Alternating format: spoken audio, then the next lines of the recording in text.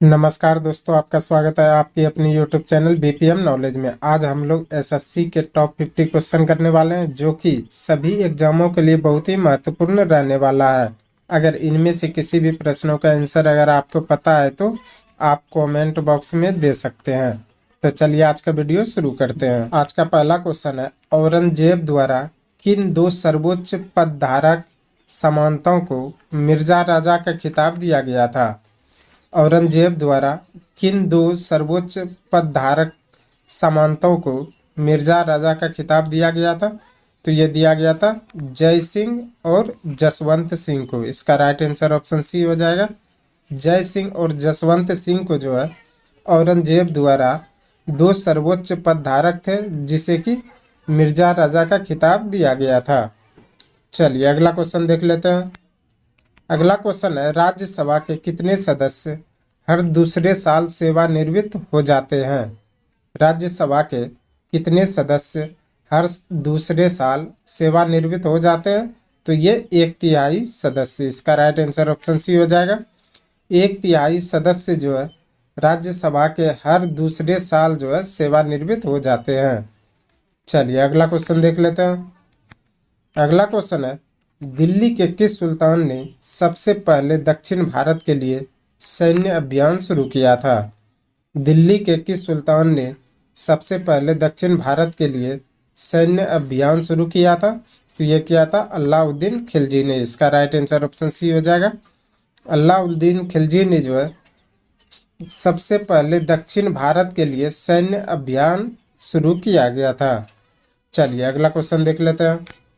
अगला क्वेश्चन है, अब्दुल हमीद लाहौरी की कृति बादशाहनामा उसके संरक्षक का आधिकारिक इतिहास है। अब्दुल हमीद लाहौरी की कृति बादशाहनामा उनके संरक्षक का आधिकारिक इतिहास क्या है? तो ये शाहजहां का इतिहास है। इसका राइट आंसर ऑप्शन बी हो जाएगा। शाहजहां का इतिहास जो है बादशाहनामा कृति में किया गया है, जो कि किसने किया है?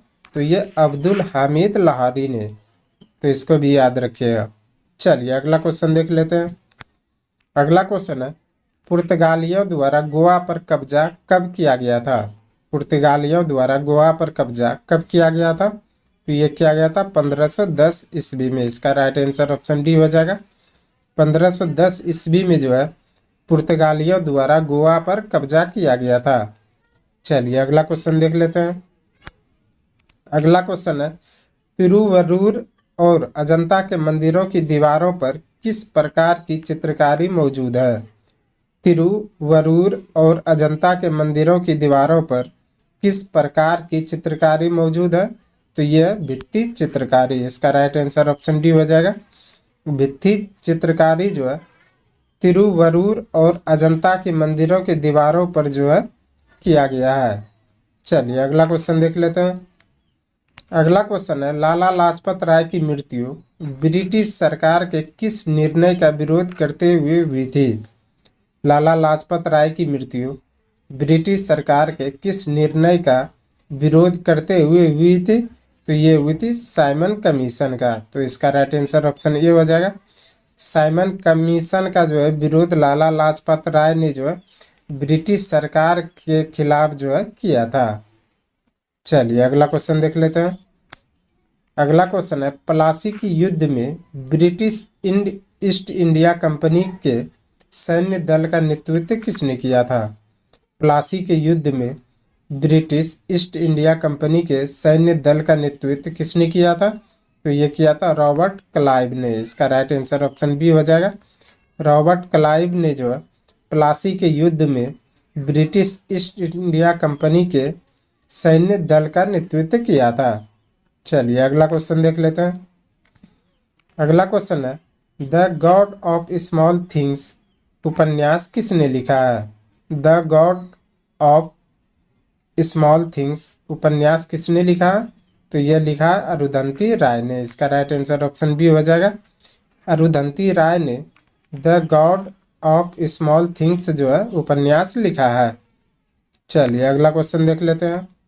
अगला क्वेश्चन है, दादा भाई नौरोजी किस वर्ष यूनाइटेड किंगडम में हाउस ऑफ कॉमन्स के पहले भारतीय सदस्य बने? दादा भाई नौरोजी किस वर्ष यूनाइटेड किंगडम में हाउस ऑफ कॉमन्स के पहले भारतीय बने थे? तो ये बने थे 1892 में। इसका राइट आंसर ऑप्शन ए हो जाएगा। 1892 में जो है दादा भाई नौरोजी ने यूनाइटेड किंगडम में हाउस ऑफ कॉमन्स के पहले भारतीय सदस्य बने थे। चलिए अगला क्वेश्चन देख लेते हैं। अगला क्वेश्चन है, डॉक्टर भीमराव अंबेडकर को किस वर्ष भारत रत्न प्रदान किया गया था? डॉक्टर भीमराव अंबेडकर को किस वर्ष भारत रत्न प्रदान किया गया था? तो ये किया गया था 1990 में। इसका राइट आंसर ऑप्शन सी हो जाएगा। 1990 में जो है डॉक्टर भीमराव अंबेडकर को भारत रत्न प्रदान किया गया था। चलिए अगला क्वेश्चन देख लेते हैं। अगला क्वेश्चन है, सत्यार्थ प्रकाश पुस्तक किसके द्वारा लिखी गई है? सत्यार्थ प्रकाश पुस्तक किसके द्वारा लिखी गई है? तो ये लिखी गई है स्वामी दयानंद सरस्वती द्वारा। इसका राइट आंसर ऑप्शन ए हो जाएगा। स्वामी दयानंद सरस्वती द्वारा जो है सत्यार्थ प्रकाश पुस्तक लिखी गई है। चलिए अगला क्वेश्चन देख लेते हैं। अगला क्वेश्चन है, कहाँ पर वाईचुंग भूटिया के नाम पर एक फुटबॉल स्टेडियम उनके जन्म स्थल के पास निर्मित किया गया है? कहाँ पर वाईचुंग भूटिया के नाम पर एक फुटबॉल स्टेडियम उनके जन्म स्थल के पास निर्मित किया गया है? तो ये किया गया है सिक्किम में। इसका राइट आंसर ऑप्शन सी हो जाएगा। सिक्किम में जो है वाईचुंग भूटिया के नाम पर जो है एक फुटबॉल स्टेडियम जो है उसके जन्म स्थल के पास जो है निर्मित किया गया है। चलिए अगला क्वेश्चन देख लेते हैं। अगला क्वेश्चन है, निम्नलिखित में से कौन सा बंदरगाह गुजरात राज्य में स्थित है? निम्नलिखित में से कौन सा बंदरगाह गुजरात राज्य में स्थित है? तो यह है हजीरा बंदरगाह। इसका राइट आंसर ऑप्शन बी हो जाएगा। हजीरा बंदरगाह जो है यह गुजरात राज्य में स्थित है। चलिए अगला क्वेश्चन देख लेते हैं। अगला क्वेश्चन है, यदि स्प्रिंग में धारा प्रवाहित की जाती है तो स्प्रिंग क्या होगा?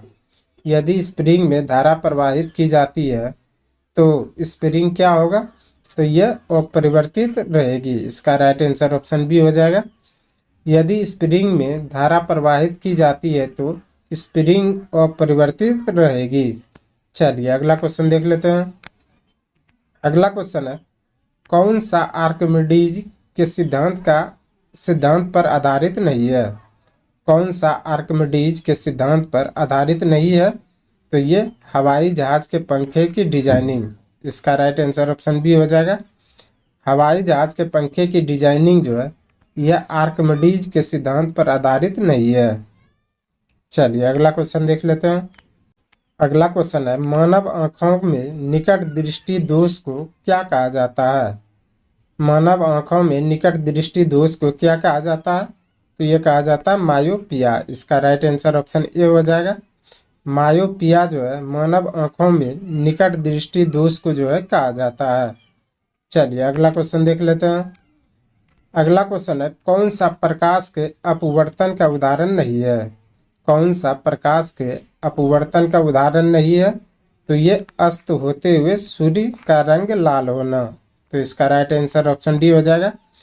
अस्त होते हुए सूर्य का रंग लाल होना यह प्रकाश के अपवर्तन का उदाहरण नहीं है। चलिए अगला क्वेश्चन देख लेते हैं। अगला क्वेश्चन है, भारत के उत्तर पूर्व भाग में की जाने वाली स्थानांतरित कृषि का एक रूप है। भारत के उत्तर पूर्वी भाग में की जाने वाली स्थानांतरित कृषि का एक रूप क्या है? तो यह झूमिंग कृषि। इसका राइट आंसर ऑप्शन डी हो जाएगा। झूमिंग कृषि जो है भारत के उत्तर पूर्वी भाग में की जाने वाली स्थानांतरित कृषि का जो है एक रूप है। चलिए अगला क्वेश्चन देख लेते हैं। अगला क्वेश्चन है, निम्नलिखित में से किसका इलेक्ट्रॉनिक विन्यास 28131 है? निम्नलिखित में से किसका इलेक्ट्रॉनिक विन्यास 28131 है? तो यह क्रोमियम का। इसका राइट आंसर ऑप्शन ए हो जाएगा। क्रोमियम का जो है इलेक्ट्रॉनिक विन्यास जो है 28131 है। चलिए अगला क्वेश्चन देख लेते हैं।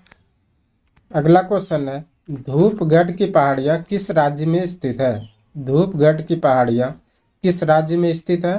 तो यह है मध्य प्रदेश में। इसका राइट आंसर ऑप्शन सी हो जाएगा। मध्य प्रदेश में जो है धूपगढ़ की पहाड़ियां स्थित है। चलिए अगला क्वेश्चन देख लेते हैं। अगला क्वेश्चन है काकोलत जलप्रपात बिहार के किस जिला में है? काकोलत जलप्रपात बिहार के किस जिला में है? तो यह नवादा जिला में। इसका राइट आंसर ऑप्शन बी हो जाएगा। नवादा जिला में जो है काकोलत जलप्रपात जो है स्थित है। चलिए अगला क्वेश्चन देख लेते हैं। अगला क्वेश्चन है मारे गए गुलफार्म बिहार के किस साहित्यकार की रचना है? मारे गए गुलफार्म बिहार के किस साहित्यकार की रचना है? तो यह फणीश्वर नाथ रेणु की। इसका राइट आंसर ऑप्शन सी हो जाएगा। फणीश्वर नाथ रेणु की जो है साहित्यकार रचना क्या है? तो मारे गए गुलफार्म। चलिए अगला क्वेश्चन देख लेते हैं। अगला क्वेश्चन है बिहार का पहला मेगा फूड पार्क कहाँ स्थापित की गई है? बिहार का पहला मेगा फूड पार्क कहाँ स्थापित की गई है? तो ये की गई मुजफ्फरपुर में। इसका राइट आंसर ऑप्शन ए हो जाएगा। मुजफ्फरपुर में जो है बिहार का पहला मेगा फूड पार्क जो है स्थापित की गई है। चलिए अगला क्वेश्चन देख लेते हैं। अगला क्वेश्चन है बिहार विभूति उपनाम से निम्न में से किसे जाना जाता है? बिहार विभूति उपनाम से निम्न में से किसे जाना जाता है? तो ये जाना जाता है अनुग्रह नारायण सिंह को। इसका राइट आंसर ऑप्शन बी हो जाएगा। अनुग्रह नारायण सिंह को जो है बिहार विभूति के उपनाम से जाना जाता है। चलिए अगला क्वेश्चन देख लेते हैं। अगला क्वेश्चन है एशियाई देश लेबनान की राजधानी कहाँ है? एशियाई देश लेबनान की राजधानी कहाँ है? तो यह है बेरूत। इसका राइट आंसर ऑप्शन ए हो जाएगा। बेरूत जो है एशियाई देश लेबनान की राजधानी है। चलिए अगला क्वेश्चन देख लेते हैं। अगला क्वेश्चन है मराठा और अहमद शाह दुर्रानी के बीच पानीपत की तीसरी लड़ाई किस वर्ष हुई थी? मराठा और अहमद शाह दुर्रानी के बीच पानीपत की तीसरी लड़ाई किस वर्ष हुई थी? तो ये हुई थी 1761 में। इसका राइट आंसर ऑप्शन सी हो जाएगा। 1761 में जो है मराठा और अहमद शाह दुर्रानी के बीच जो है पानीपत की तीसरी लड़ाई हुई थी। चलिए अगला क्वेश्चन देख लेते हैं। अगला क्वेश्चन है जापान संयुक्त राष्ट्र का सदस्य कब बना? जापान संयुक्त राष्ट्र का सदस्य कब बना? तो ये बना था 1956 में। इसका राइट आंसर ऑप्शन सी हो जाएगा। 1956 में जो है जापान संयुक्त राष्ट्र का जो है सदस्य बना था। चलिए अगला क्वेश्चन देख लेते हैं। अगला क्वेश्चन है जनगणना 2011 के अनुसार किस राज्य में जनसंख्या घनत्व भारत में सबसे कम है? जनगणना 2011 के अनुसार किस राज्य में जनसंख्या घनत्व भारत में सबसे कम है? तो यह अरुणाचल प्रदेश में। इसका राइट आंसर ऑप्शन डी हो जाएगा। अरुणाचल प्रदेश में जनगणना 2011 के अनुसार जो है राज्य का जनसंख्या घनत्व जो है सबसे कम है। चलिए अगला क्वेश्चन देख लेते हैं। अगला क्वेश्चन है भारत में किस बंदरगाह का नया नामकरण करते हुए दीनदयाल बंदरगाह नाम रखा गया है? भारत में किस बंदरगाह का नया नामकरण करते हुए दीनदयाल बंदरगाह नाम रखा गया? तो ये रखा गया कांडला बंदरगाह का। इसका राइट आंसर ऑप्शन बी हो जाएगा। कांडला बंदरगाह का जो है नया नामकरण करते हुए दीनदयाल बंदरगाह नाम रखा गया है। चलिए अगला क्वेश्चन देख लेते हैं। अगला क्वेश्चन है 1939 में फॉरवर्ड ब्लॉक की स्थापना निम्नलिखित में से किसने की थी? 1939 में फॉरवर्ड ब्लॉक की स्थापना निम्नलिखित में से किसने की थी? तो ये की थी सुभाष चंद्र बोस ने। इसका राइट आंसर ऑप्शन डी हो जाएगा।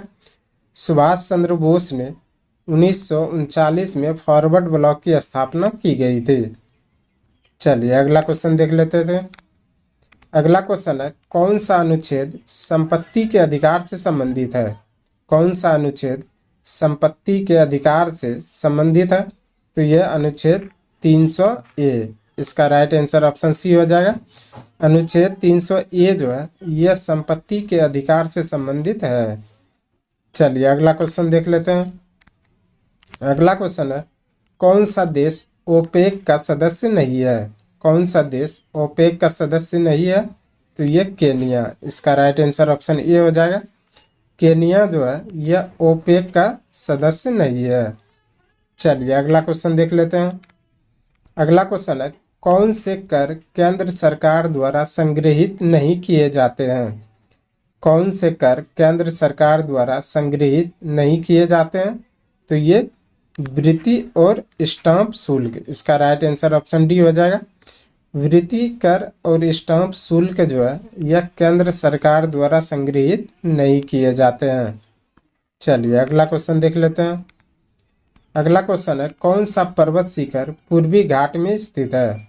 कौन सा पर्वत शिखर पूर्वी घाट में स्थित है? तो यह महेंद्रगिरी। इसका राइट आंसर ऑप्शन सी हो जाएगा। महेंद्रगिरी जो है यह पर्वत शिखर पूर्वी घाट में स्थित है। चलिए अगला क्वेश्चन देख लेते हैं। अगला क्वेश्चन है, भारत के संविधान के किस अनुच्छेद में संसद के दोनों सदनों की संयुक्त बैठक का प्रावधान किया गया है? भारत के संविधान के किस अनुच्छेद में संसद के दोनों सदनों की संयुक्त बैठक का प्रावधान किया गया? तो ये अनुच्छेद 108 में। इसका राइट आंसर ऑप्शन ए हो जाएगा। अनुच्छेद 108 में जो है संसद के दोनों सदनों की संयुक्त बैठक का प्रावधान किया गया है। चलिए अगला क्वेश्चन देख लेते हैं। अगला क्वेश्चन है, कौन सी पर्वत श्रृंखला दक्षिण अमेरिका में स्थित है? कौन सी पर्वत श्रृंखला दक्षिण अमेरिका में स्थित है? तो यह है एंडीज पर्वत श्रृंखला। इसका राइट आंसर ऑप्शन बी हो जाएगा। एंडीज पर्वत श्रृंखला जो है यह दक्षिण अमेरिका में स्थित है। चलिए अगला क्वेश्चन देख लेते हैं। अगला क्वेश्चन है, नगर पालिका से अभिप्राय भारतीय संविधान के किस अनुच्छेद से है? नगर पालिका से अभिप्राय भारतीय संविधान के किस अनुच्छेद से है? तो यह अनुच्छेद 243 पी से जेड जी तक। तो इसका राइट आंसर ऑप्शन ए हो जाएगा। अनुच्छेद 243 पी से जेड जी तक जो है नगर पालिका से अभिप्राय भारतीय संविधान में जो है वर्णित किया गया है। चलिए अगला क्वेश्चन देख लेते हैं। अगला क्वेश्चन है, बांग्लादेश किस वर्ष तक पाकिस्तान का हिस्सा रहा था? बांग्लादेश किस वर्ष तक पाकिस्तान का हिस्सा रहा था? तो यह रहा था 1971 तक। इसका राइट आंसर ऑप्शन डी हो जाएगा। 1971 तक जो है बांग्लादेश पाकिस्तान का हिस्सा रहा था। चलिए अगला क्वेश्चन देख लेते हैं। अगला क्वेश्चन है, कौन सी नदी घाघरा नदी की सहायक नदी है? कौन सी नदी घाघरा नदी की सहायक नदी है? तो यह राप्ती नदी। इसका राइट आंसर ऑप्शन बी हो जाएगा। राप्ती नदी जो है यह घाघरा नदी की सहायक नदी है। चलिए अगला क्वेश्चन देख लेते हैं। अगला क्वेश्चन है, अशोक रुद्र व ए एस मान्य मॉडल पर आधारित पंचवर्षीय योजना कौन सी है? अशोक रुद्र व ए एस मान्य मॉडल पर आधारित पंचवर्षीय योजना कौन सी है? तो यह चौथी पंचवर्षीय योजना। इसका राइट आंसर ऑप्शन बी हो जाएगा। चौथी पंचवर्षीय योजना जो है अशोक रुद्र व ए एस मान्य मॉडल पर आधारित है। चलिए अगला क्वेश्चन देख लेते हैं। अगला क्वेश्चन है, भारत की पहली पंचवर्षीय योजना का उद्देश्य क्या था? भारत की पहली पंचवर्षीय योजना का उद्देश्य क्या था? तो ये था ये सभी, जिसमें कि मुद्रास्फीति पर नियंत्रण करना, शरणार्थियों का पुनर्वास और खाद्यान्नों के मामले में आत्मनिर्भरता प्राप्त करना। तो इसका राइट आंसर ऑप्शन डी हो जाएगा। खाद्यान्नों के मामले में आत्मनिर्भरता प्राप्त करना, शरणार्थी का पुनर्वास और मुद्रास्फीति पर नियंत्रण करना, ये सभी जो है भारत की पहली पंचवर्षीय योजना का मुख्य उद्देश्य था। चलिए अगला क्वेश्चन देख लेते हैं। अगला क्वेश्चन है, गंदे सार्वजनिक मूत्रालय से कौन सी गैस निकलती है? गंदे सार्वजनिक मूत्रालय से कौन सी गैस निकलती है? तो ये निकलती है अमोनिया गैस। इसका राइट आंसर ऑप्शन ए हो जाएगा। अमोनिया गैस जो है गंदे सार्वजनिक मूत्रालय से निकलती है। चलिए अगला क्वेश्चन देख लेते हैं। अगला क्वेश्चन है, श्लेष्मा झिल्ली की सूजन को क्या कहा जाता है? श्लेष्मा झिल्ली की सूजन को क्या कहा जाता है? तो ये कहा जाता है ब्रोंकिटिस। तो इसका राइट आंसर ऑप्शन ए हो जाएगा। ब्रोंकिटिस जो है यह श्लेष्मा झिल्ली की सूजन को कहा जाता है। चलिए अगला क्वेश्चन देख लेते हैं। अगला क्वेश्चन है, क्षय रोग किसके कारण होता है? क्षय रोग किसके कारण होता है? तो ये होता है जीवाणु के कारण। इसका राइट आंसर ऑप्शन बी हो जाएगा। जीवाणु के कारण जो है क्षय रोग होता है। चलिए अगला क्वेश्चन देख लेते हैं। अगला क्वेश्चन है, रक्त ऊतक का एक प्रकार है। रक्त ऊतक का एक प्रकार है, तो ये संयोजी ऊतक का एक प्रकार है। इसका राइट आंसर ऑप्शन बी हो जाएगा।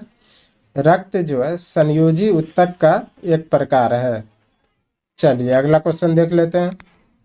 अगला क्वेश्चन है, स्पाइरोगायरा और प्लेनेरिया में क्या होता है? स्पाइरोगायरा और प्लेनेरिया में क्या होता है?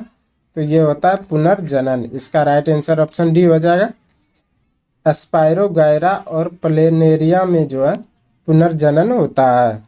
चलिए अगला क्वेश्चन देख लेते हैं।